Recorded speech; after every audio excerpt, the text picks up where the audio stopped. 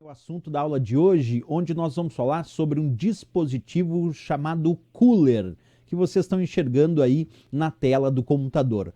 Qual é a função desse dispositivo quando a gente pensa na montagem de um computador e principalmente em relação ao processador do computador? Então vamos lá. O cooler é o dispositivo que tem a função de controlar a temperatura, que é a temperatura padrão e indicada para aquele processador.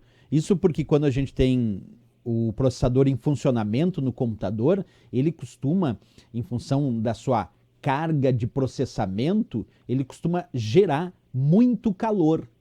E se esse calor não for dissipado, se a gente não dissipar esse calor, isso pode danificar esse processador. Aliás, se não dissipar esse calor, o processador de fato vai ser danificado e aí o usuário fica sem o seu computador porque o processador parou de funcionar. Agora, uma coisa interessante, pessoal, como é que ele faz isso, né? Basicamente, a gente pode dizer que o cooler ele realiza o que a gente chama de refrigeração de um processador, mantendo então a temperatura ideal de funcionamento que foi recomendada pelo fabricante daquele processador. Aí eu mostro para vocês um exemplo de cooler, como vocês percebem na tela.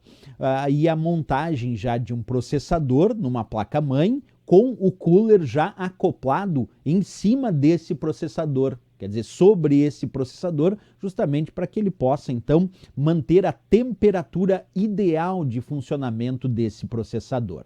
Uma coisa muito importante que eu gostaria de informar para vocês é que muita gente, quando vai montar um computador, e tem pessoal aí que é um pouquinho mais da área técnica de informática, não necessariamente um profissional, mas quem tem mais habilidade técnica com eletrônica, informática, muitas vezes monta o seu próprio computador, compra as peças separadas e vai montando o seu computador. E aí compra lá a placa-mãe, compra o processador, e é muito importante que, após instalar o processador lá na placa-mãe, é muito recomendado aplicar uma pasta térmica apropriada para isso, é claro, para melhorar a condutividade térmica com o cooler.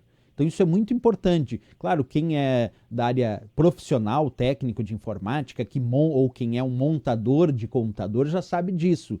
Mas para quem está comprando aí peças separadas, comprei a placa-mãe, comprei o processador, eu mesmo vou montar o meu computador, não esquece disso, isso é muito importante.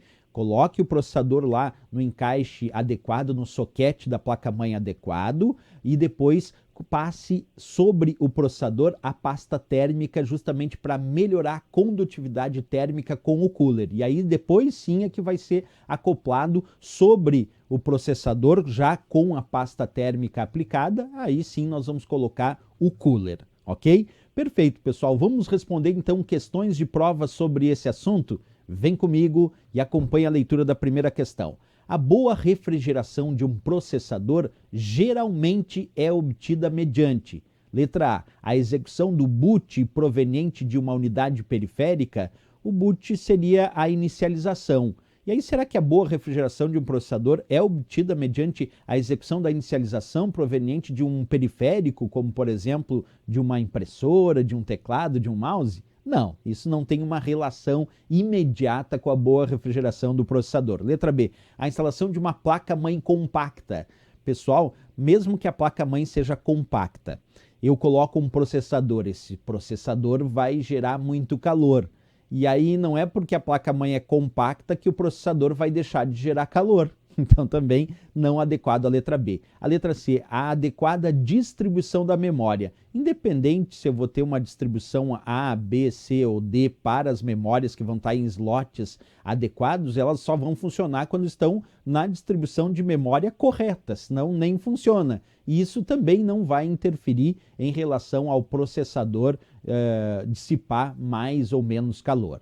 E a letra D diz o uso de um cooler. Aí sim, pessoal, para boa refrigeração de um processador, como essa questão pediu, geralmente é obtida mediante o uso de um cooler, que é o responsável por manter esse processador com a temperatura adequada. A letra E, o aumento do clock, que nós chamamos tecnicamente de overclock. Esse aumento do clock, o overclock, é o contrário disso, pessoal. Quanto mais eu aumento o clock, principalmente em operações de overclock, eu aumento a quantidade de calor que vai ser gerado por esse processador.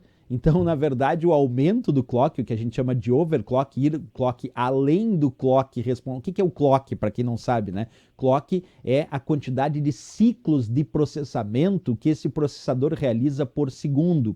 Por exemplo, um processador de 3 GHz são 3 bilhões de ciclos de processamento por segundo. Então, aumentar esse clock vai fazer o contrário, vai fazer com que esse processador gere mais calor, né, e não tenha uma boa refrigeração. Daí sim eu vou ter que colocar um cooler mais potente para aguentar a quantidade de calor que precisa ser dissipada daquele processador. Então aqui a resposta adequada mesmo, a letra D de Dinamarca para essa questão, né?